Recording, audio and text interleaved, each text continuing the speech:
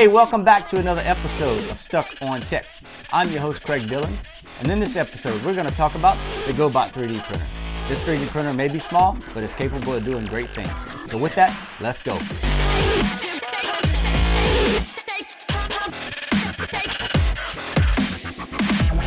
What you see here is the Geauxbot 3D printer. It's about 10 inches cubed in size and weighs about 10 pounds. It can print objects that are 3.4 inches left and right, 3.1 inches front and back, and about 3.7 inches tall. For you metric folks out there, that's about 80 millimeters cubed or so. On the back, as you can see, is where the filament spool is. This is where the material actually sits, and it comes over the top and feeds in from the top. This 3D printer only does PLA. PLA does stand for polylactic acid, and it's made from cornstarch. This bed does not get heated, so you can't do materials like ABS or other specialty types. But for users who are just starting out, this is a great machine. It's just about enough to get started, or even if you want another 3D printer, it's in the price range. It's very affordable to get. You can basically get started with 3D printing out the box with this thing.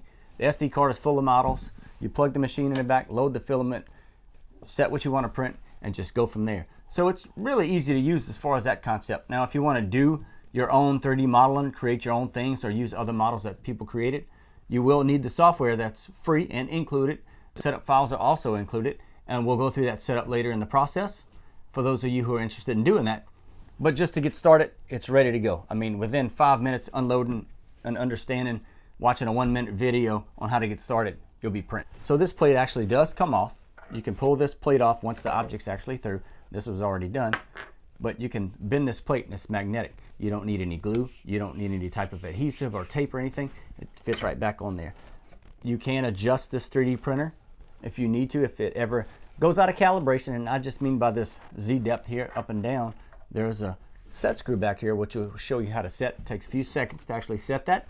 It does have some leveling screws under the bed.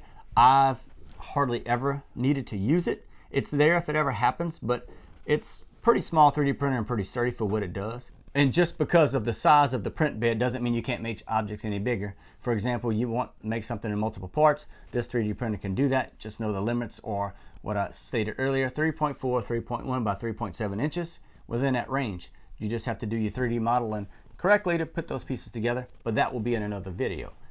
So the speed of this 3D printer is the normal. You can go from 20 millimeters a second up to about 60 to 80 millimeters a second. In some cases, that's on par with a lot of the 3D printers that are out there. And for those of you who may not understand 3D printer speeds, that's typically average for a machine in this range. 3D printing, I get a lot of complaints about it slow, but the great thing about it is who's doing it, you or the machine. That's the purpose of getting the machine and understanding the uses for it and why you would get one. So this 3D printer is great for those in the business industry, in the education industry, or the hobby industry. The size of it is perfect. So in the business industry, 3D printers are being used in all types of ways. The number one is product development, and two is prototyping. So this thing is great for that. It's awesome to make parts that can get you things really quick, get concepts really quick. And of course, in that size range, it is a smaller 3D printer, but it's great. Different types of jewelry makers are using these things. Different types of people making molds, different types of ceramics, different types of shops that are making things out of concrete. The cool thing about this, you can make a 3D print, make a mold of that, and then you can get some 2-part epoxy and just pump those things out really quick. So it's an awesome tool for actually small, mini manufacturing runs, I like to call it. If you have an idea, you want to get a concept out to market, this is the technology for you. It's really cool for that. You get to actually market test for a really, really low price. Before you go out and spend a lot of money on patenting or marketing. It's perfect. I've even seen 3D printers in the business industry used purely for marketing, meaning you have an object that you make. It could be plastic, it could be glass, it could be concrete, it could be ceramic. But let's say you have the 3D model of that particular object or whatever thing you're trying to sell. This is plastic, of course, but as you can put this up and have it 3D printing what you're selling, just that eye-catching thing turns people's attention. And it's really cool because I've seen it done and it is effective. So it's a great attention getter. The education industry, this 3D printer is perfect with lesson plans, different types of things like that. It's very cost effective. Of course, it captures the attention of students. It can be used in libraries, museums, schools, home schools, private schools, charter schools, you name it. Any type of educational setting. I've seen it used in museums. Right here you can see there's actually a molecule ball for science. You can do different types of robotic parts on it. And the hobbyists, this thing's perfect for that. Model trains, different types of characters, different types of Minecraft things, different games, even pieces that you lose. The other thing is tech support. What are you going to do about tech support if this machine breaks? You know, the cool thing about this one is it's ready to go. It's not a lot of those DIY kits you see out there. Do it yourself, get in a box, put the parts together. If you want to do that stuff, great. A lot of people do. That's fine.